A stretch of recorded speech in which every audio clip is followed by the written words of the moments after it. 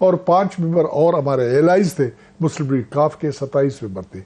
یہ وہ لوگ تھے جنہوں نے اپنے پارٹی کو چھوڑا اور اپنی پارٹی کے خلاف ووٹ آف نو کانفیڈنس لایا صلاح اللہ زہری کے خلاف, اور قدوس بیزیو سے ان کی ریپلیسمنٹ کروائی, اور وہی لوگ کچھ عرصے کے بعد باپ بن گئے. کسی نے ان کو جو اڈاپٹ کیا باپ نے ان کو, تو بلوچستان عوامی پارٹی بن گئے. اور پھر اس کے بعد فوراً بعد الیکشن آئے, یہی لوگ الیکٹ ہو گئے, لکی گڈ فار دیم. پھر انہی لوگوں نے اپنا سینٹ بھی منتخب کیا, اور سینٹ میں پھر چیئرمین کی انتخاب کی باری آئی. چیئرمین سے ہی میں شروع کرتا ہوں.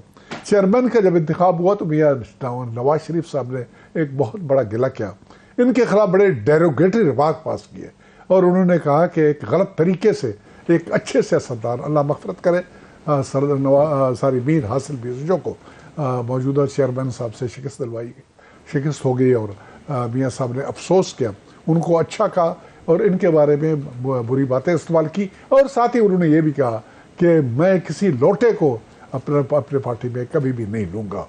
یہ میاں صاحب کا بڑا مشہور قصہ ایک فقرہ ہے جو ساری دنیا جانتی ہے اس کے بارے میں. آج یہی لوٹے ان کو اچھے لگے اور ان کی کافی تعداد ان کے ساتھ شامل ہو گئے. میں ان کو لوٹے کہوں نہ کہوں, لیکن مقصد ایک ہے, انہوں نے جو لفظ کیا, لوٹا لفظ استعمال کیا جاتا ہے جو پارٹی ایک کو چھوڑ کر دوسرے میں چلے جاتے ہیں. یہ لفظ میرے اوپر بھی اپلائی کیا جا سکتا ہے, میں ایسی کوئی بات نہیں ہے. میں ایک مسلم لیگ نون چھوڑ کے پیپلز پارٹی میں گیا ہوں, لیکن میرے خیال میں ایک ہی مرتبہ پیندا اٹھتا ہے, زیادہ نہیں الٹے گا, اپنی جگہ پہ اس کو رہنا چاہیے. تو یہ جو ہے نا, یہ وہی لوگ ہیں. اور بائی دا وے مزیدار بات آپ کو بتا دوں ضمیر بھائی, یہ جتنے بھی باپ پارٹی کے لوگ تھے ان میں کی 2/3 گئی ہے اس وقت مسلم لیگ نون میں, اور 1/3 ان کی باپ پارٹی میں باقی ہے. اور یہ بھی بات کی جا رہی ہے کہ ان کی الیکشن الائنس بنے گی اگلے الیکشن میں, اور یہ حکومت بنائیں گے. اب حیرانگیت کی بات ہوتی ہے جنرلی, اگر کوئی آدمی ایک پارٹی چھوڑ دیتا ہے اور دوسری پارٹی میں چلا جاتا ہے, جس پارٹی کو چھوڑتے ہیں ان کی بڑی ان سے مخاصمت ہوتی ہے, بڑی ناراضگی ہوتی ہے, اور وہ کبھی بھی نہیں کہتے ہیں کہ ان کے ساتھ ہم مل کے بیٹھیں گے. وہ پھر لفظ یہ استعمال کرتے ہیں کہ یہ ہماری پیٹھ پہ چورا گھونپا گیا اور یہ کاروائی کی گئی, وہ صحیح. چلیں لیو اٹ دیئر, میں آپ کو بتا رہا ہوں. اور بائی دا وے ان کی تعداد جو الیکٹیبلز گئے ہیں نون لیگ میں, کوئی اتنی تعداد نہیں ہے جس کی بنیاد کے اوپر وہ حکومت بنا سکے. میں گن کے آپ کو بتا سکتا ہوں, تو وفاق کے لیے بیسیکلی میں عرض کر رہا ہوں کہ اگر کوئی جیت کے آئیں گے, میں آپ کو بتا رہا ہوں, میں فگر کوٹ کرتا ہوں. بلوچستان کی اسمبلی میں 65 ممبر ہوتے ہیں, اور یہ جو لوگ گئے ہیں ان میں سے میاں صاحب بہت لکی ہوں گے اگر ان میں سے 10 آدمی صوبائی اسمبلی میں ری الیکٹ ہو جائے, الیکٹ ہو کے آ جائے. قومی اسمبلی میں میاں صاحب کو اگر 4-5 سیٹیں ملی, you will be very lucky. صحیح, کوئی شک نہیں. صحیح. میں کیسر احمد شیخ صاحب کی طرف جاؤں گا. کیسر احمد شیخ صاحب, یہ ایک جو ابھی جنرل صاحب نے بھی پورا بتایا, اور بلوچستان کو ان سے بہتر کون سمجھ سکتا ہے, تو یہ بڑی کامیابی ہے. تو اب کمفرٹیبل ہو گئے یا ابھی مزید بھی کہیں پہ جا کے ڈینٹ مارنے ہیں؟ خاص طور پر سندھ میں بھی آپ اس وقت 4 پارٹیوں کا الائنس بن رہا ہے, JUIF, GDA, MQM پاکستان اور PMLN. تو ابھی وہاں پہ بھی مزید کوئی ڈینٹ مارنا ہے یا وہاں پہ بس یہ الائنس ہی کافی ہے؟ بسم اللہ الرحمن الرحیم. قادر بلوچ صاحب میرے محترم ہیں, بھائیوں کی طرح ہیں. بات یہ ہے کہ جب الیکشن شروع ہوتے ہیں نا, تو ہر پارٹی کی خواہش ہوتی ہے کہ وہ زیادہ سے زیادہ جو کہ سیٹیں نکال سکتے ہیں جو لوگ ان کی پارٹی میں شامل ہوں. اور یہ کوئی ایسی نئی بات نہیں ہے, یہ ہمیشہ ہوتا رہتا ہے اور یہی ہونا چاہیے. دیکھیے ہر ایک کی خواہش تو ہوتی ہے نا, کوشش ہے, وہ بات الگ ہے کہ کوئی ایکسیپٹنس ہوتی ہے یا کوئی آپس میں خیالات ملتے ہیں کہ نہیں ملتے. اب یہ ہر پارٹی اپنے اپنے الگ پارٹی ہے, اس کی اینٹی الگ ہے, اور اگر پارٹی کوئی کسی دوسری پارٹی سے ملتی ہے تو اگر یہ بھی نہیں ہوگا تو پھر کوئی ایک پارٹی تو ایسی نہیں پوزیشن میں کہ پورے ملک کی, ابھی پچھلے 2-3 جو الیکشن ہوئے اس میں کوئی بھی پارٹی ایسی نہیں تھی جو کہ اکثریت بنا سکے. یہی ہوتا رہا تو پھر اکثریت نہیں بنے گی تو کوئی فیصلے نہیں ہو سکیں گے, اور اس وقت الائنس کرنے پڑیں گے الیکشن کے بعد. تو یہ بلوچستان میں گئے ہیں, لوگوں نے ہمیں ایکسیپٹ کیا ہے. میاں نواز شریف صاحب 4 سال بعد آئے اور ان کو بہت بڑا ویلکم کیا گیا, کیونکہ ان کی پرفارمنس پچھلی اور جو مسلم لیگ نواز کی جو لوگوں کی خوشحالی کے لیے یا ملک کی ترقی کے لیے جو کام ہے وہ دوسری پارٹیوں سے بہت بہتر ہیں. ہمارا الائنس تھا, ہم 13 پارٹیوں کے ساتھ تھے. اب میں بیٹھا تھا وہاں نیشنل اسمبلی میں جبکہ اپنا بلاول بھٹو زرداری صاحب نے کہا کہ میاں شہباز شریف جو ہیں وہ زیادہ ہمارے پرائم منسٹر ہیں بنسبت نون لیگ کے, وہ بڑے ہمارے قریب ہیں. یہ بات ابھی 3 مہینے کی ہے. اس وقت تو شیر و شکر تھے ہم سب, اور ہمارا آپس میں چارٹر آف ڈیموکریسی بھی سائن ہوا ہے. تو مجھے یہ نہیں سمجھ آتی اگر کسی کو یہ ہے کہ اس کو لیول پلینگ فیلڈ نہیں مل رہی تو پہلے تو وہ بتائے کہ کہاں اس کو پرابلم ہو رہا ہے. بات آپس میں ہونی چاہیے نا. تو جب تک ہم پارٹیاں آپس میں ایک دوسرے سے ملیں گے نہیں, ان کو پوائنٹ آف ویو نہیں دیں گے. جی جی جی تو میرا یہ کہنا ہے کہ شیخ صاحب, لیکن تو یہ ہے پولیٹیکل بتائی جاتی ہے کہ ابھی وہ لاڈلا ڈکلیئر ہو رہے ہیں. میاں نواز شریف صاحب نے بیٹھک میں یہ بھی کہا, اپنی کمیٹی جو ان کی مینیفیسٹو کمیٹی ہے اس میں انہوں نے کہا کہ بھئی یہ میرے اوپر جو ٹیگ لگ رہا ہے لاڈلے کا, اس کو بھی ختم ہونا چاہیے. اور پھر اگلے ہی روز کوئٹہ جاتے ہیں تو وہ ایک دم باقاعدہ جس طرح تیار بیٹھے ہوتے ہیں لوگ اور وہ ان کو ویلکم کرتے ہیں اور 30 لوگ ان کو جوائن بھی کر جاتے ہیں. تو اس وجہ سے شاید ایک تاثر ہے جو پی ایم ایل این کے ناقدین ہیں کہ شاید میاں نواز شریف صاحب کو اس وقت لاڈلے کا سٹیٹس ملا ہوا ہے. دیکھیے میاں نواز شریف 3 بار پرائم منسٹر اس ملک کے رہے ہیں اور ہر بار ان کی ٹینور پورا ہونے سے پہلے ان کو نکال دیا گیا ہے.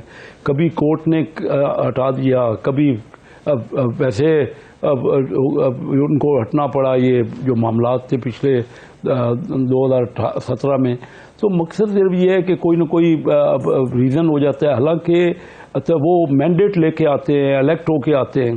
اب مجھے بتائیے کہ لاڈلا اگر ہوتے تو اس طرح 3 بار پرائم منسٹر بنے, ہر بار لوگ تو ان کو الیکٹ کرتے ہیں, آگے ان کو ہٹا دیا جاتا ہے. اور آج بھی ابھی دیکھیں لوگ خود جوک در جوک شامل ہو رہے ہیں. اب بتائیے کس کو پیپل پارٹی کو کیا معاملہ ہے, جائیں جدھر وہ کسی کو جا کے ڈسکس کریں. میں نے سنا ہے یہ پی ٹی آئی اور آج ہی کی خبر تھی کہ جماعت اسلامی شاید کراچی میں وہ مل کے الیکشن لڑیں گے. تو پارٹیوں کا ایک دوسرے کے ساتھ ملنا اگر یہ بھی نہیں کریں گے تو پھر جمہوریت کیا چیز ہے. اور جہاں تک الیکٹیبل کی بات ہے, آپ دیکھیے کہ 2018 کے الیکشن میں ہمارے تمام علاقوں سے الیکٹیبل پی ٹی آئی میں چلے گئے. تو ابھی اگر الیکٹیبل ادھر آ رہے ہیں, یہ دیکھ کے ہوا کا رخ دیکھ کے, لوگوں کی محبت دیکھ کے, یا دیکھ کے کہ کون پارٹی اگلی حکومت بنانے جا رہی ہے, تو اس میں کون سی لاڈلے والی بات ہے. اگر پھر جمہوریت کیا اور کیا طریقہ کار ہو, آپ بتا دیں. اور کیا صحیح فرمایا شیخ صاحب. نہیں بالکل صحیح.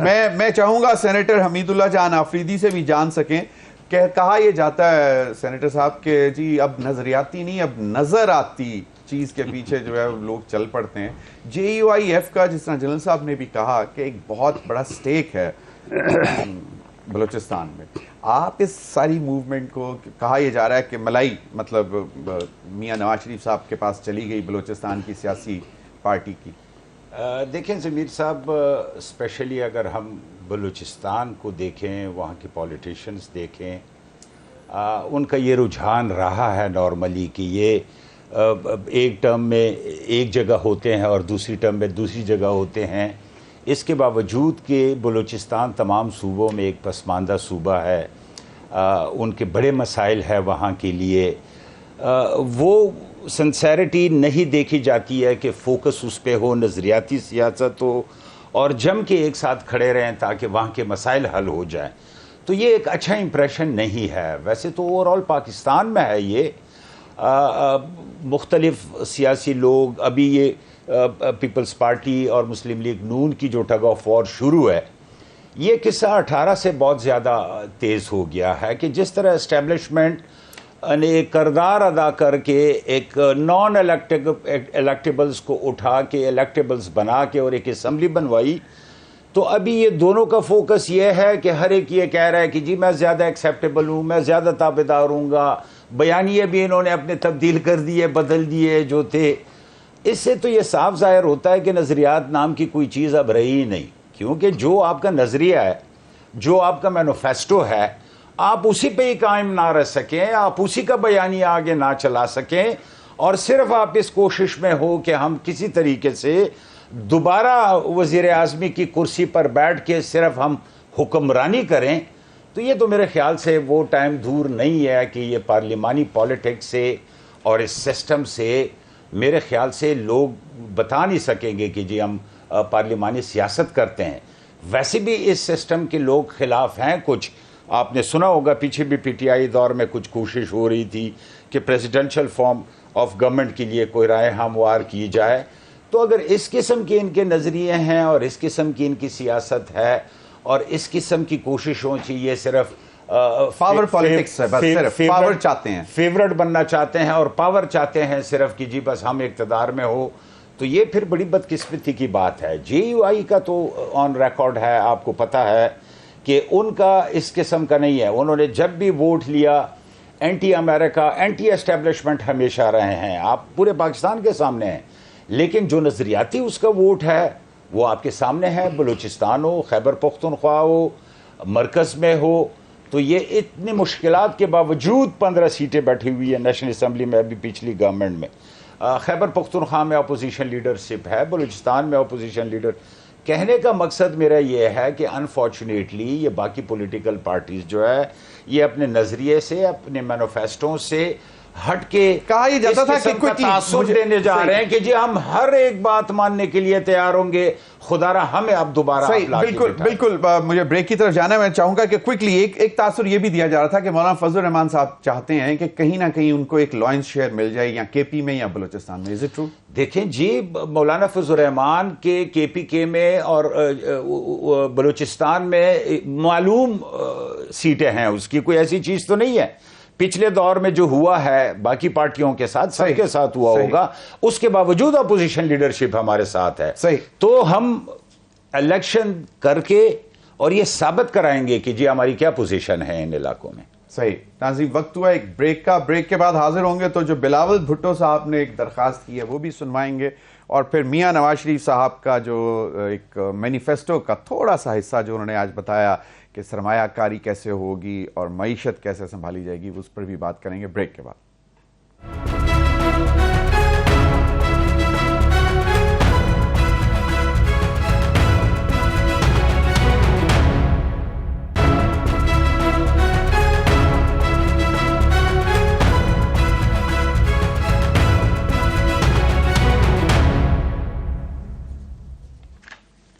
Welcome back. ناظرین، بلاول بھٹو صاحب ایبٹ آباد میں کہہ رہے ہیں کہ ایک موقع دے کر دیکھیں. کیا کہہ رہے ہیں یہ ذرا سن لیں. پاکستان کا سب سے نوجوان وزیر خارجہ میں نے یہ ثابت کر دیا ہے کہ جب نوجوانوں کو موقع دیا جاتا ہے تو پھر نوجوان کام کر کے بھی دکھا سکتے ہیں. اس سے بہتر کہ ہم کسی کو دوسری بار وزیر اعظم بنا دے یا کسی کو چوتھا بار وزیر اعظم بنا دے، ہم کسی کو جس کو موقع ہی نہیں ملا ہے ایک بار موقع دیجئے. پاکستان کے عوام سے وعدہ ہے کبھی آپ کو مایوس نہیں کروں گا. جی سارٹ سنا. میں چاہوں گا کہ تھوڑا سا ریورس آرڈر میں کیسر احمد شیخ صاحب سے لے لوں. کیسر احمد شیخ صاحب آپ کی وزیر اعظم تھے، ان کے ساتھ وہ فورن منسٹر تھے جس کو وہ آج کہہ رہے ہیں کہ بہت کامیاب وہ وزیر خارجہ رہے، اور پھر وہ کہہ رہے ہیں کہ موقع تو دیکھ کر دیکھ لیں، مایوس نہیں کروں گا. تو اس میں کوئی حرج بھی نہیں ہے؟ نہیں، کوئی حرج نہیں ہے. دیکھیے ہر ایک کا حق ہے، اور پیپل پارٹی ایک بڑی پارٹی ہے. انہوں نے کوئی شک نہیں کہ ایز اے فارن منسٹر ان کا وہ کامیاب رہے ہیں، اپنی تین کوشش کی ہے انہوں نے پوری. لیکن یہ کس سے کہہ رہے ہیں آپ بتائیے؟ ایبٹ آباد کے لوگوں سے تو یہ نہیں کہہ رہے کہ ایک موقع دیجیے بڑا رزلٹ دوں گا. تو ایک طرف تو ہمیں وہ کہہ رہے ہیں کہ آپ سب چہیتے ہیں اور آپ لاڈلے ہیں، اور دوسری طرف کھل کے کہہ رہے ہیں کہ ایک موقع مجھے نہیں ملا، مجھے موقع دیں. میں تو کہتا ہوں موقع کسی کو دے کہ جو پبلک، جس کو لوگ کہیں، جس کو عوام کہے، بالکل جائیں لوگوں میں. لیکن یہ تو عوام سے نہیں بات کر رہی. کوئی آپ اس قسم کا کبھی خطاب آپ نے عوام سے سنا ہے جس میں یہ کہا جائے کہ مجھے ایک موقع دیں؟ وہ عوام کو کہہ رہے ہیں اتنا جمع غفیر ان کے سامنے تھا. جی شیخ صاحب ان کے سامنے اتنا جمع غفیر موجود تھا جس سے انہوں نے کہا ہے، عوام سے کہا ہے انہوں نے. ٹھیک ہے، اگر آپ اگر سمجھتے ہیں، میں نے اپنی بات سمجھی ہے، آپ سمجھتے ہیں تو بہتر ہے. میں کوئی دیکھیے لیکن اس طرح عوام سے خطاب میں نے تو یہ پہلی بار سنا ہے اس قسم کا کہ عوام سے ڈائریکٹ یہ کہا جائے. یہاں ان کو پتہ ہے کہ سب نے پارٹیوں نے مل کے اس طرح بننا ہے. جس طرح کی انہوں نے بات کی ہے کہ میں کبھی نہیں بنا اور میں پہلی بار بن رہا ہوں اور ینگ ہوں, ٹھیک ہے عوام سے کہہ رہے ہیں جو تو ہر ایک کے اپنے سمجھنے کی بات ہے, میں نے یہ سمجھا ہے اور ان کا حق ہے جی وہ بات کریں. ہم تو کہتے ہیں کہ کھل کے آئیں, پنجاب میں بھی جلسے کریں. ابھی تک وہ پنجاب میں جلسے نہیں کر رہے کیونکہ ہم تو دیکھ رہے ہیں نا کہ ہمارے علاقوں میں بالکل صحیح. میں ذرا حمید اللہ جان آفریدی سے بھی ذرا پوائنٹ آف ویو لے لوں. جی بالکل جی. کے پی میں ایبٹ آباد میں اچھا جلسہ تھا, پاور شو اچھا تھا, تو موقع دے دیں نوجوان قیادت. اب بدقسمتی یہ ہے نا کہ جیسے میں نے کہا کہ 18 کے بعد ابھی اینکر بھی یہی کہتے ہیں, ایک پارٹی دوسری پارٹی کو سیٹنگ کرنے کی کوشش کرتے ہیں کہ آپ موقع دے دیں, وہ موقع دے دیں. یہ پاکستانی عوام کا پریوگیٹو ہے. الیکشنوں میں جائیں, اپنی کارکردگیاں بتائیں, اپنا مینیفیسٹو بتائیں, اپنا منشور بتائیں, آنے والے وقت میں ملک کے لیے اپنی کارکردگی کا اظہار کرے. اگر اس طریقے سے یہ انڈائریکٹلی کسی کو سنوانا چاہتے ہو تو یہ تو بڑی انفارچونیٹ بات ہے. یہ تو میرے خیال سے پورے ملک کی بڑی بدنامی ہے. اس طرح تو یہ تاثر ہوگا کہ جی اس ملک میں یہ الیکشن وغیرہ یہ سارے گپ ہیں. یہ تو مجھے سمجھ نہیں آ رہی کہ یہ کیوں تاثر لیا جا رہا ہے کہ وہ کہیں اور کہہ رہے ہیں, وہ واضح طور پر عوام کو کہہ رہے ہیں. نہیں, میں صرف یہ بات نہیں کر رہا ہوں. الیکشن کا ماحول میں آپ عوام کو ہی کہتے ہو نا کہ جی ہمیں ووٹ دیں تاکہ دیکھیں. میں صرف یہ بات نہیں کر رہا ہوں آج کی تقریر کی. اسی طرح میاں صاحب کا میں نے آپ کو بتایا کہ ان کے بیانیے بدل گئے, جو لندن میں بیانیہ دیا تھا وہ بدل گیا, اور لینڈنگ پہ کچھ اور ابھی تک میاں نواز شریف نے خود نہیں بدلا. یہ سر کس نے بدلا؟ نہیں مطلب نہیں بدلا تو کس نے بدلا؟ ان سے ہم نے نہیں سنا. میری گزارش یہ ہے, ڈار صاحب نے کلیریفائی کیا کہ میاں صاحب نے سارے معاملات اللہ پر چھوڑ بڑی وزندار پولیٹیکل پارٹیاں ہیں, ان کے خط کاٹ ہیں, یہ برسوں سے سیاست میں ہیں. یہ خدا را اپنے ووٹر کو بھی یہ تاثر نہ دیں. یہ اپنی کارکردگیاں بتائیں, آنے والے وقت میں جو انہوں نے کرنا ہے وہ بتائیں. یہ تو اس قسم کی حمید اللہ جان کہہ رہا ہے کہ ایک نمائش شروع ہو گئی ہے. بلاول بھٹو لاڈلے بننے کی کوشش کر رہے ہیں, میاں نواز شریف صاحب آلریڈی لاڈلے بن گئے ہیں. یہی مطلب ہے. میں دونوں پارٹیوں کا کہوں گا, یہ دونوں پارٹیوں کا کہوں گا. میں اسپیسیفکلی آج بلاول کی بات نہیں کروں گا, لیکن یہ تاثر آ رہا ہے. ہم سن رہے ہیں انڈائریکٹلی ان کے لیڈرز کے بیانیوں کو اور اس کو, تو اس سے یہ بڑی غلط تاثر آ رہا ہے لوگوں میں, عواموں میں. صحیح. تو لہٰذا گزارش یہ ہے کہ یہ اپنی کارکردگیاں بتائیں, پاکستانی عوام پہ چھوڑ دیں. انہوں نے شروع اپنی کارکردگی سے کی کہ میں جب فورن منسٹر تھا تو میں نے اتنے اچھے کام کیے, تو مجھے موقع دیں. آپ پھر اٹھا کے اسی تقریر پہ لے آتے ہیں. میں اسپیسیفکلی اس تقریر کی بات نہیں کر رہا ہوں. یعنی کہ ایک تاثر ہے, اس کو ختم ہونا چاہیے. یہ تاثر بڑا دونوں پارٹیاں جو ہیں وہ کریٹ کر رہی ہیں. عبد القادر بلوچ صاحب, سینیٹر حمید اللہ جان آفریدی صاحب کا بھی خیال ہے, شیخ صاحب کا بھی یہ خیال ہے کہ یہ it's addressing to the galleries probably, I don't know, حالانکہ مجمع سامنے اس کی بات کر رہے ہیں. کلیم تو ہے, یقیناً ہے. بلاول صاحب کل بھی کہہ چکے ہیں کہ پہلے پی ایم ایل این ذرا لاہور تو بچا لے. بائی دی وے بدقسمتی ہماری ہے کہ عوام کو چھوڑ کے, سیاست کو چھوڑ کے, منشور کو چھوڑ کے, کارکردگی کو چھوڑ کے جو بھی بات کی جاتی ہے اس بات کو, وہاں ایک جب غفیر کی آپ نے بات کی کہ وہاں پر تھے, ان کے اوپر سے اس بات کو ٹریول کرا کے اور کہیں اور اسٹیبلشمنٹ اور فلانا پتہ نہیں اسٹیبلشمنٹ کون ہے, ان کے ساتھ کنیکشن پیدا کی جاتی ہے, لاڈلے پن کی بات کی جاتی ہے, فلان کی بات کی جاتی ہے. بھائی الیکشن کا سیزن ہے, یہی طریقہ ہے لوگوں کو اکٹھا کرنے کا, اکٹھا ہو کے وہاں پر بہت کچھ بولنے کا. اس بولنے میں اردو کا پرابلم ہے, ان کا کہنے کا مقصد یہ تھا بڑا کلیئرلی, ان کو پرابلم ہے اس وقت, وہ بہت کچھ پک کیا اس شارٹ پیریڈ میں. وہ کہنا یہ چاہتا تھا کہ ایز اے وزیر خارجہ میں نے ٹھیک کام کیا, اگر مجھے موقع ملا بطور وزیر اعظم بھی انشاءاللہ میں ٹھیک کام کروں گا اگر موقع ملا. تو بلاول کیوں کہتے ہیں کہ میاں نواز شریف صاحب آلریڈی سلیکٹڈ ہو گئے؟ اس میں کون سی غلط بات کی؟ اگر میاں صاحب بھی یہ بات کرتے ہیں تو کون سی غلط بات کرتے ہیں؟ بالکل نہیں کرتے. 3 مرتبہ مل گئے, 4تھی مرتبہ بھی اگر وہ ڈیلیور کر سکتے ہیں. ہم تو جہاں تک سیاست کا تعلق ہے اس وقت الیکشن کے ٹبر بچ گئے ہیں, تو ہم لوگ اس میدان میں ہیں.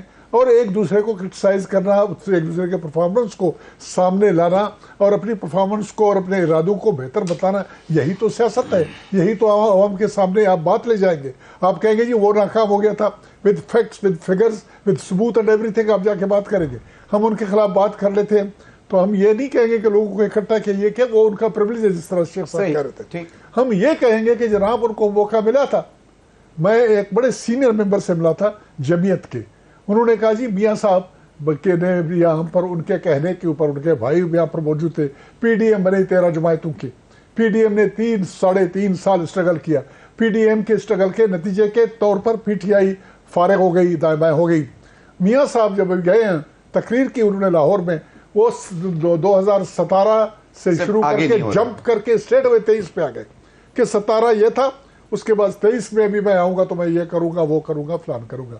اور وہ کہتے ہیں یہ بھول گئے کہ یہ جو اسٹرگل لانچ کی گئی تھی 3 سال چلایا گیا, اس دور میں کتنی قربانیاں دی گئی, کتنی مصیبتیں اٹھائی گئی, سہولتیں اٹھائی نظر نہیں آ رہے, اور یہ بھی نہیں بولا انہوں نے. اور ساتھ ہی یہ بھی نہیں کہا کہ میرے بھائی صاحب نے میرے ہدایات کے مطابق 16 مہینے حکومت کی, وزیر اعظم تھے ملک کے, اور ان کے دور میں کیا بنا اکانومی کا, اور مہنگائی نے کیا مصیبت پیدا کی. پیپلز پارٹی بھی تو حصہ تھی, جے یو آئی ایف بھی تو حصہ تھی. ہر ایک کو اس کے حصے کا بلیم میں شیئر ملتا ہے, لیکن وزیر اعظم کی رسپانسبلٹی ہوتی ہے.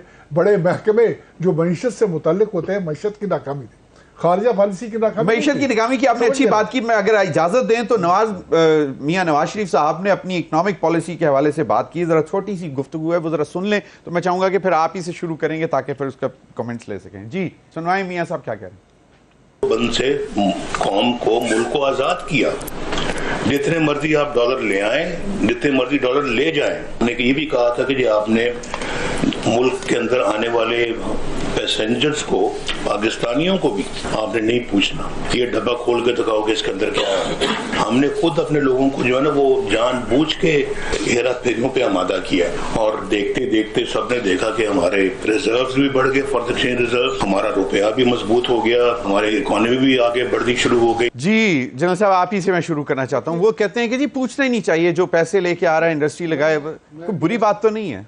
آپ نے ذکر نہیں کیا اس بات کا, میں میاں صاحب کے کیبنٹ میں منسٹر تھا. بالکل آپ فیڈرل منسٹر رہے ہیں, بالکل, اور 5 سال اس کے کیبنٹ میں رہا ہوں. پہلے ان کے کیبنٹ میں, پھر شاید خاقان عباس صاحب کے کیبنٹ میں. اس میں کوئی شک نہیں ہے, میاں صاحب بڑے عزت دار آدمی ہیں اور بڑے اچھے آدمی ہیں, لیکن جہاں تک اگر یہ بات کیا جائے کہ اس زمانے میں, اس 5 سال کے عرصے میں کوئی انقلاب لایا گیا پاکستان میں, کوئی انقلابی تبدیلی آئی جہاں تک معیشت کا تعلق ہے, تو ایسی بات نہیں تھی. آج اگر ہمارے ریزروز ہیں ان کے بارے میں 7-8 بلین یا 10-11 بلین کی بات کی جاتی تھی, تو اس وقت بھی 18 سے 21-22 بلین کے درمیان ہمارے ریزرو تھے, اس سے زیادہ نہیں تھے. اس کی وجہ سے جو بنگلہ دیش کے آج 60 ارب سے بھی زیادہ کے چند سال میں نے پڑھے تھے. لیکن مقصد کوئی ایسی بات نہیں تھی. اسٹیٹس کو کی پالیٹکس ہمارے ملک میں اس وقت بھی چل رہی تھی, اور ملکوں میں تبدیلیاں بڑے لیول پہ اسٹیٹس کو سے نہیں آ سکتی ہے. ڈفرنٹ ویژن ہونا چاہیے.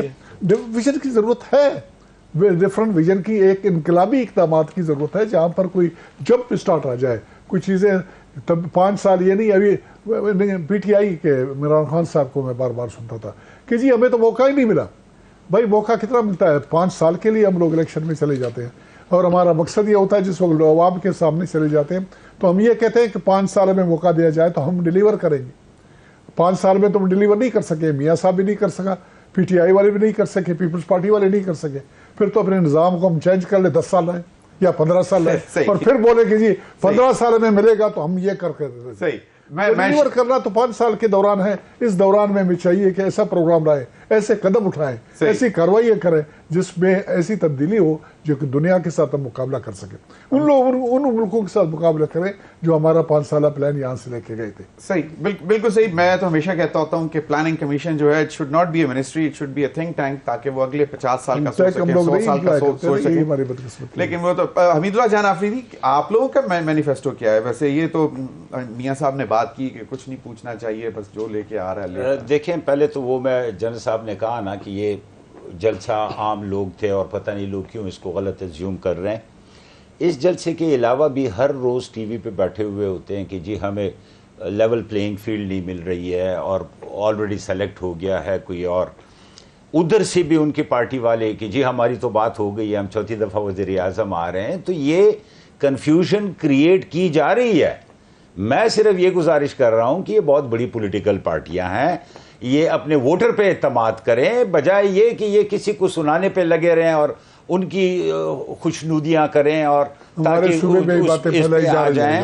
تو کہنے کا مقصد میرا یہ تھا کہ یہ اس قسم کی یہ سیاست اس سے گندی ہوگی, خراب ہوگی, کوئی بہتری اس سے نہیں آئے گی.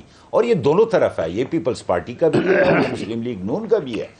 یہ میں آپ کو گزارش کر رہا تھا کہ یہ چیزیں ہیں, صرف اس پرٹیکولر جلسے کی بات نہیں ہو رہی تھی. جہاں تک آپ کی بات تھی, دیکھیں ہماری ایک ریلیجیس پارٹی ہے اور ہمارا کانسیپٹ بڑا کلیئر ہے, اور جمعیت اسلام اگر پاور میں آتی ہے تو وہ شریعت پہ جائے گی, اس میں تمام مسائل کے حل ہیں. ایک بھی ایسا مسئلہ آپ کا نہیں ہے جس کا حل شریعت میں نہ ہو. تو ہمارا مینیفیسٹو تو بڑا کلیئر ہے.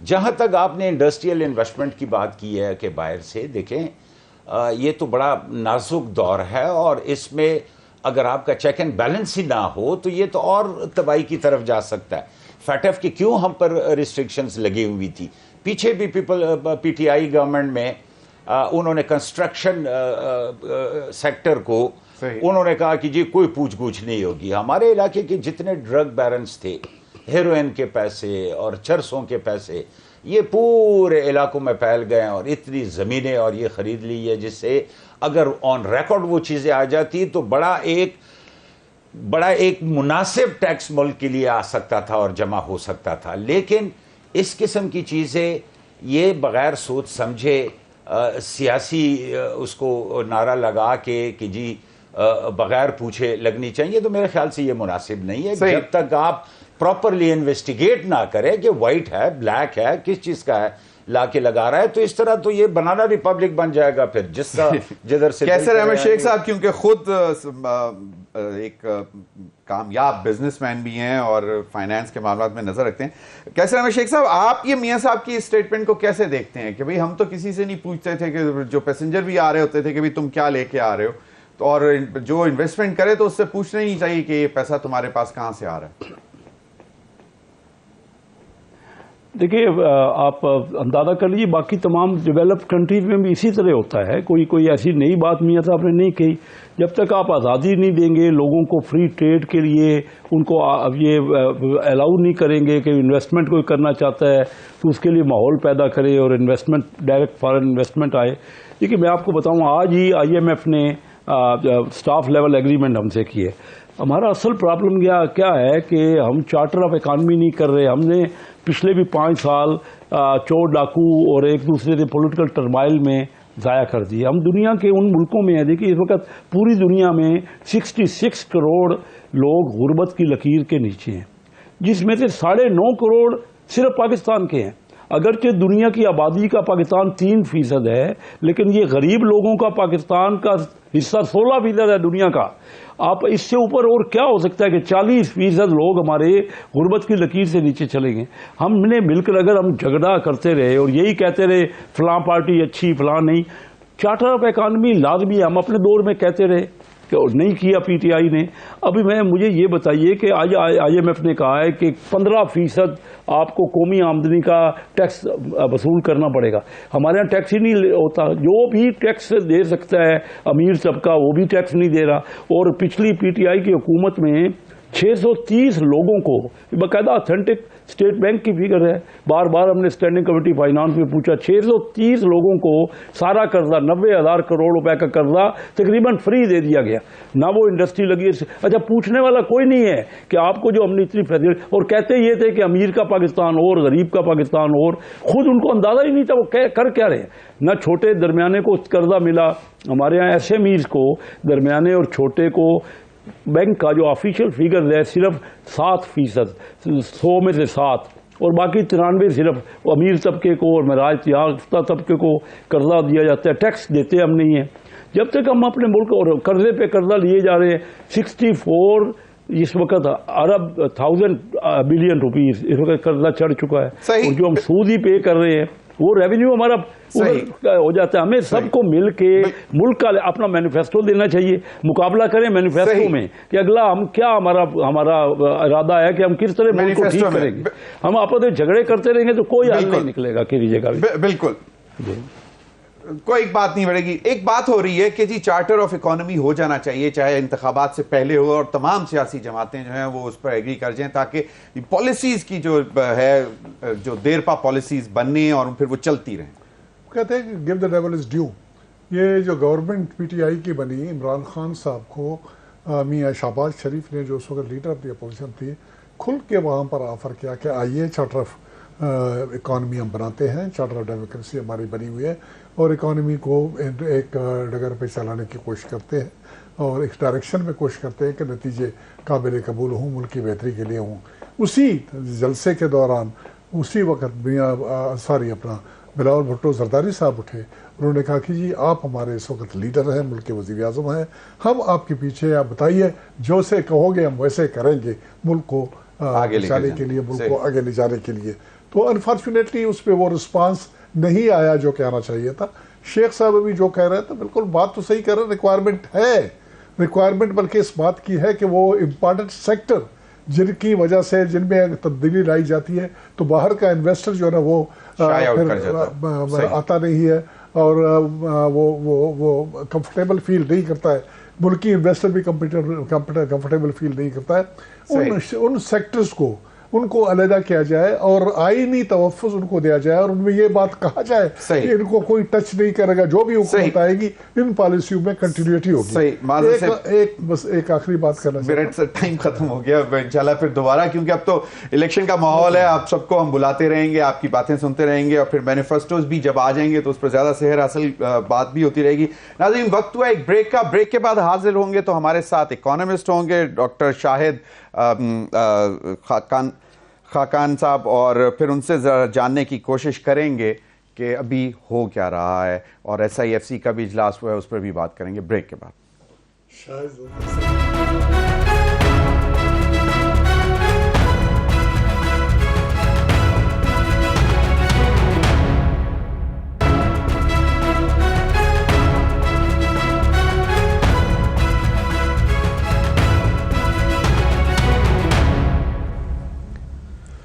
ویلکم بیک ناظرین ہمیں اس سیگمنٹ میں جوائن کیا ہے ڈاکٹر خاقان حسن خان صاحب, ڈاکٹر خاقان حسن نجیب صاحب, سابق مشیر رہے ہیں وزارت خزانہ کے, ماہر معاشیات ہیں. بہت بہت شکریہ ڈاکٹر صاحب آپ کے وقت کا. ڈاکٹر صاحب آج SIFC کا اجلاس ہوا اور اس میں جو چیزیں سامنے آئی ہیں وہ ایک تو یہ ہے کہ آرمی چیف نے اس بات کا یقین دلایا ہے کہ فوج جو ہے وہ تمام معاملات میں ساتھ کھڑی ہوگی وفاقی حکومت کے, اور جو جس طرح بھی سرمایہ کاری سہولت کونسل کی ریکوائرمنٹس ہیں ان کو پوری کی جائیں گی. اور پھر آپ کو معلوم ہے جس طرح IMF کے ساتھ جو ہے سیکنڈ ریویو کمپلیٹ ہوا, $700 ملین کی جو سیکنڈ ٹرانش ہے وہ بھی ہمیں مل جائے گی. اور ان تمام معاملات میں جو ہے کہ ایک تو کوہیرنس کہ جی سب کو مل کر بیچ میں بیٹھ کر جو ہے چیزیں آگے لے کر چلنی ہیں اور کسی بھی طرح کسی کو پریشان نہیں کیا جائے گا. ویسے تو آج میاں نواز شریف صاحب نے بھی ایک فارمولا دے دیا ہے انویسٹمنٹ کے حوالے سے, وہ بھی ہے. تو ڈاکٹر صاحب ایک تو یہ کہ یہ جتنی اس وقت ابھی تک جو کوششیں ہوئی ہیں اس کے پازیٹیو ریزلٹس تو ہمیں نظر آنا شروع ہو گئے ہیں. آپ کو کیا لگتا ہے کہ جو ابھی تک جس طرح ڈالر بھی تقریباً ابھی کنٹرول میں ہے, کافی عرصے سے فلکچویشن ہوتی ہے, سٹاک مارکیٹ 2 سال کی بلند ترین سطح پر جا چکی ہوئی ہے, اور آنے والے دنوں میں آپ کو کیا لگ رہا ہے کہ یہ معاشی جو ہمارے جو ٹارگٹس ہیں اسپیشلی جو IMF کے ساتھ طے کیے جا رہے ہیں وہ ہم بآسانی ان کو مطلب کامیابی سے حاصل کر لیں گے ٹارگٹس؟ بسم اللہ الرحمن الرحیم. ضمیر صاحب اس کو اس طرح دیکھتے ہیں کہ ایک طرف IMF کا پروگرام چل رہا ہے جس میں ایڈجسٹمنٹس ہو رہی ہیں تاکہ میکرو اکنامک سٹیبلٹی لائی جا سکے. میں ذرا میکرو اکنامک سٹیبلٹی پہ کوئی کامنٹ کر دوں بیکاز لوگ اس لفظ کو استعمال کرتے ہیں پر کلیریفائی نہیں کرتے اس سے مطلب کیا ہے. اس سے مطلب یہ ہے کہ کرنٹ اکاؤنٹ یعنی کہ جو ایکسٹرنل خسارہ ہے وہ ایسا ہو جو ہم فائنینس کر سکیں, اس سے مطلب یہ ہے کہ ہم ایک لو انفلیشنری انوائرمنٹ میں کام کریں، اور اس کا تیسرا مطلب یہ ہے کہ فارن ایکسچینج ریزروز ایسی سطح پر ہوں کہ وہ کمفرٹیبل ہوں ہماری فائنینس کرنے کے لیے 2 سے 3 ماہ کی امپورٹس کو.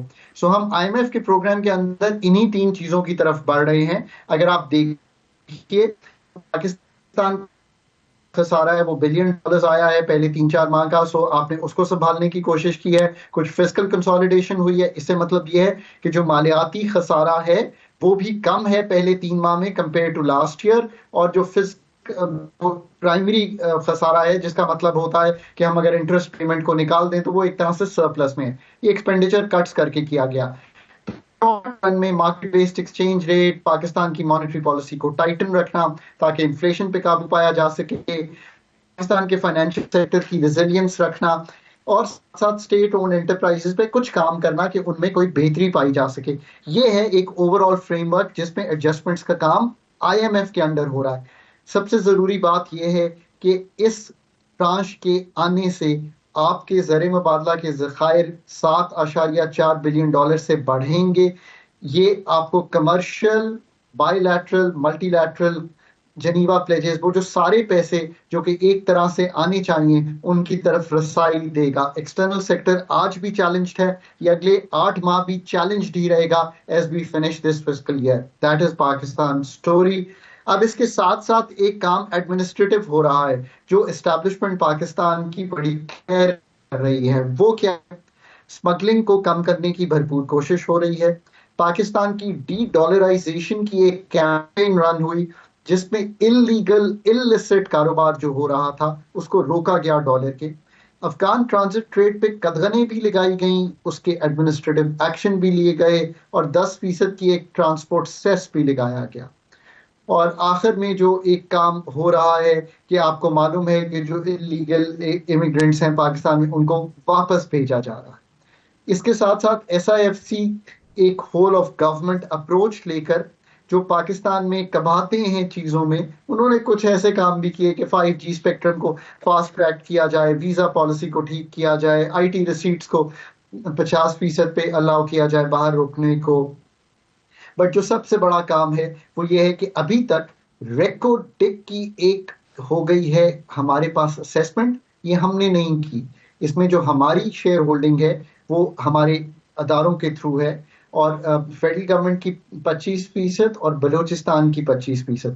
اب سعودی عربیہ کا چونکہ انٹرسٹ تھا تو ہم نے یہ سوچا کہ why don't we do an independent analysis. یہ بھی ایک طریقہ ہے. سو وہ آ گیا ہے، اب وہ سعودی عربیہ سے شیئر ہوگا، اور لیٹس ہوپ کہ کچھ پہلی انویسٹمنٹ پاکستان ریکارڈ میں فلو کرے گی of the shareholding that we have. میرا خیال ہے شاید بینک ابھی انٹرسٹ نہیں لے رہا اپنی شیئر ہولڈنگ کو ڈائلیوٹ کرنے کا. آف کورس یہ کام ہم نے کیئرفلی کرنا ہے بیکاز یہ ایک پاکستان کی مطلب ایک بڑی ریسورس ہے جس کا ہم یہ سیل کرنے جا رہے ہیں. بالکل ڈاکٹر صاحب، ایک اور چیز جو ہے میرا خیال میں آرامکو جو ہے وہ سعودی انویسٹمنٹ کے ذریعے یہاں پہ ایک ریفائنری بھی پلان ہو رہی ہے، ہب یا گوادر میں جو ہے اس کی سائٹ کا ڈیسیژن ہو رہا ہے. $10 بلین کی وہ انویسٹمنٹ پلان ہو رہا ہے، تو وہ بھی ایک لینڈ مارک اچیومنٹ تو ہے. ایس آئی ایف سی کے تھرو ہی وہ چیزیں ساری میٹیریلائز ہو رہی ہیں، اس کو آپ کیسے دیکھتے ہیں؟ ضمیر، اس کو میں ایسے دیکھتا ہوں کہ 2019 میں اس وقت گورنمنٹ کے ساتھ کلوزلی زیادہ ایسوسیٹڈ تھا، میں گورنمنٹ کے ساتھ کام کرتا تھا. ہز رائل ہائنس پاکستان آئے، بڑا فرور تھا اور ہم بھی بہت ایکسائٹیڈ تھے، اور یہ بات ہوئی کہ ایک ریفائنری سیٹ اپ ہوگی پاکستان میں. ابھی زمین میں اور آپ بات کر رہے ہیں 2023 ختم ہونے کو ہے، کتنے سال گزر گئے. ہم وہیں پہ کھڑے ہیں سسٹم انرشیا میں. اور ایس آئی ایف سی کے بننے میں جہاں لوکل لوگوں کا کردار ہے اور وہ کہتے ہیں کہ فاسٹ ٹریک کرنا چاہیے، میں آپ کو یہ بھی کہہ سکتا ہوں because I know this through knowledge کہ باہر کی جو ہمارے ایسے فرما روا ہیں انہوں نے بھی پاکستان کی جو بیوروکریٹک ہرڈلز ہیں اس پہ کامنٹ کیا.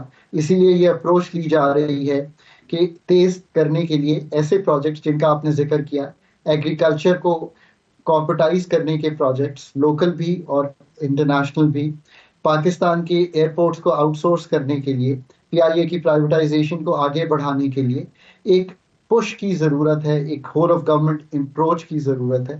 تو یہ ایک بی او آئی کی طرح کا انسٹیٹیوشنل فریم ورک ہے. بی او آئی تو شاید اتنا کامیاب نہیں ہو سکا تھا، بٹ چونکہ اب ملٹری کی ایک انوالومنٹ ہے اور ایک ملٹری کی نیشنل کیپیبلٹی ہے کئی ٹیکنیکل چیزوں میں بھی، جیسے لینڈ انفارمیشن مینجمنٹ سسٹم اسی کے تھرو کام کر رہا ہے. تو وہ ہول آف گورنمنٹ اپروچ جو کیئر ٹیکر سیٹ اپ ہے یا جو آنے والا سیٹ اپ آئے گا، یہ تو پولیٹیکل پارٹیز ہی بنا گئی تھیں، تو یہ actually caretaker set up تو اس کو صرف کیئر. ڈاکٹر صاحب various projects of CPEC جو ہیں وہ بھی کچھ تھوڑا سا سست روی کا شکار ہو گئے تھے. تو اب یہ جس طرح کا انوائرمنٹ اب بن رہا ہے تو ڈو یو تھنک کہ اب اس میں کچھ تیزی نظر آئے گی؟ کیونکہ اب ایک کافی عرصہ بہت سارے پروجیکٹس جو ہیں وہ ہمیں پتہ لگتا تھا کہ جی بس اب شروع ہونے لیکن اس کے بعد پھر وہ کہیں گم گئے، اور اب بتایا یہ جا رہا ہے کہ ہوپ فلی یو تھنک کہ یہ بھی ایس آئی ایف سی کا ایک انیشیٹو تو ہے ہی overall definitely foreign investment کو لیور کرنا اور پھر ان کے سارے ہرڈلز کو ریموو کرنا، لیکن سی پیک تو بہت عرصے سے آن گراؤنڈ ہے، تو وہ اس کو بھی پش ملے گا؟ لیکن سی پیک میں $25 ارب کی سرمایہ کاری انفراسٹرکچر کی رینج میں پاور پروجیکٹس مینلی اور کچھ ریل اینڈ روڈ میں آئی ہے پاکستان. اب یہ پیسے تو آپ کو آ گئے اور آپ نے ایک قرضہ بھی چین کے ساتھ، چین اب ہمارا سب سے بڑا کریڈیٹر ہے اور ہم اس کا سب سے بڑا ڈیٹ ہولڈ کر رہے ہیں. پر مقصد تو یہ تھا نا کہ یہ قرضہ لے کر آپ انفراسٹرکچر سے آگے بڑھیں گے اور اپنی پیداواری صلاحیت کو، اپنی پروڈکٹیوٹی کو، اپنی پروڈکشن کو، اپنی SEZs کو، مطلب ایک نہیں دو نہیں 9 آپ نے بنا چھوڑی. مینلی ساری لاہور والی کو چھوڑ کے انیشل سٹیج میں ان کو آپ special economic zones, special technology zones جو آپ نے بنائی ہیں، ان کو آپ آگے لے کر چلیں گے. ان میں سرمایہ کاری آئے گی اور آپ پھر پیسے واپس کرنے کے لیے ڈالر کمائیں گے، پر ایسا نہیں ہو سکا. ان مختلف اقدامات کے حوالے سے امید یہ ہے کہ یہ ساری جو ہرڈلز ہیں وہ ریموو ہوں گی. گوادر پورٹ آپریشنل ہوگا. ایگزم بینک بہت عرصے سے، مطلب 10-12 سال سے تو میں سن رہا ہوں کہ ایگزم بینک آپریشنل ہوگا، اس کو ترجیحی بنیادوں پہ چلائیں گے. I think S I F C نے اب شاید اس میں بھی انٹرسٹ لیا ہے کہ ان کو آگے چلائیں گے، ان کو بنائیں گے ایگزم بینک کو اور اس کو آگے چلائیں گے.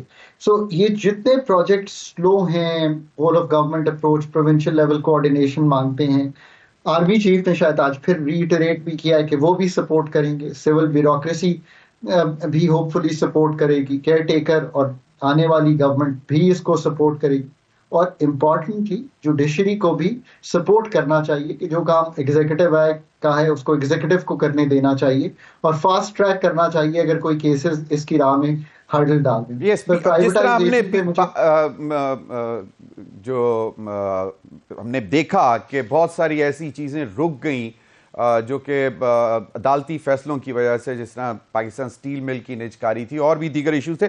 اب ڈاکٹر صاحب ایک چیز ہے کہ لوکل انویسٹر جو ہے وہ زیادہ تر کوشش ہوتی ہے اس کی انورس پیرامڈ پہ چلنے کی، کہ بینک سے بوروڈ وہ انویسٹ مطلب پیسہ لیتا ہے، اور اب کہتے ہی ہیں کہ یہ جو مطلب انٹرسٹ ریٹ ہے یہ کچھ اتنا مطلب سوٹ نہیں کرتا انڈسٹری لگانے کے لیے یا کسی بھی شعبے میں انویسٹمنٹ کرنے کے لیے لوکل انویسٹر کے لیے. تو how should the government look into that matter کہ لوکل انویسٹر بھی تھوڑا سا مطلب آگے آئے اور وہ بھی سرمایہ کاری کرے اور انسٹیڈ آف کہ اپنا پیسہ یہاں سے اٹھائے اور باہر لے جائے؟ ضمیر I am really glad you asked me that question, کیونکہ ساری گفتگو جو ہے وہ اس کا محور ایسے لگتا ہے کہ FDI ہے یا فارن پورٹ فولیو انویسٹمنٹ ہے.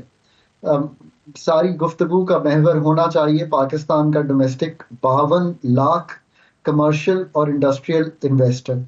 یہ وہ لوگ ہیں جو اسمال اینڈ میڈیم بھی ہیں اور لارج اسکیل پہ بھی کام کرتے ہیں.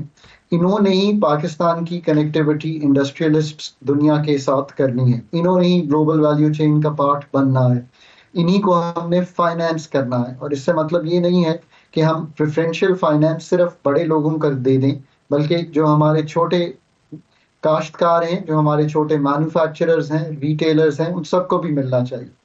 یہ بات میں بالکل آپ کی وزن ہے کہ ڈومیسٹک کاروبار کو بھی بہتر کرنے کے لیے ایک ریگولیٹری کلیننگ اپ کا پروجیکٹ BOI میں چل رہا ہے. میں اگلے دن بھی ایک میٹنگ میں تھا تو میں نے یہ گفتگو وہاں پہ کی اسلام آباد میں. میں نے کہا کہ اس کو بھی ساتھ چلائیے تاکہ لوگوں کو یہ لگے کہ جہاں FDI بہت امپورٹنٹ ہے، اور میں فلی سپورٹ کرتا ہوں کہ ہمیں الیور کرنا ہے ان کو، پر ان 52 لاکھ لوگوں کو بھی الیور کرنا ہے، نئے ایکسپورٹرز کو بھی الیور کرنا ہے، نئے کو بھی الیور کرنا ہے، انسینٹیوائز کرنا ہے کہ ریئل اسٹیٹ سے نکلیں، اسٹاک مارکیٹ میں انویسٹ کریں، ریئل اسٹیٹ سے نکلیں، مینوفیکچرنگ میں انویسٹ کریں. نیا جو ہمارا 23 سے کم عمر کا 70% نوجوان ہے، اس میں سرکار میں نوکری ڈھونڈنے کے بیانڈ سوچنا ہے، اس کے لیے اپرچونٹیز بنانی ہے.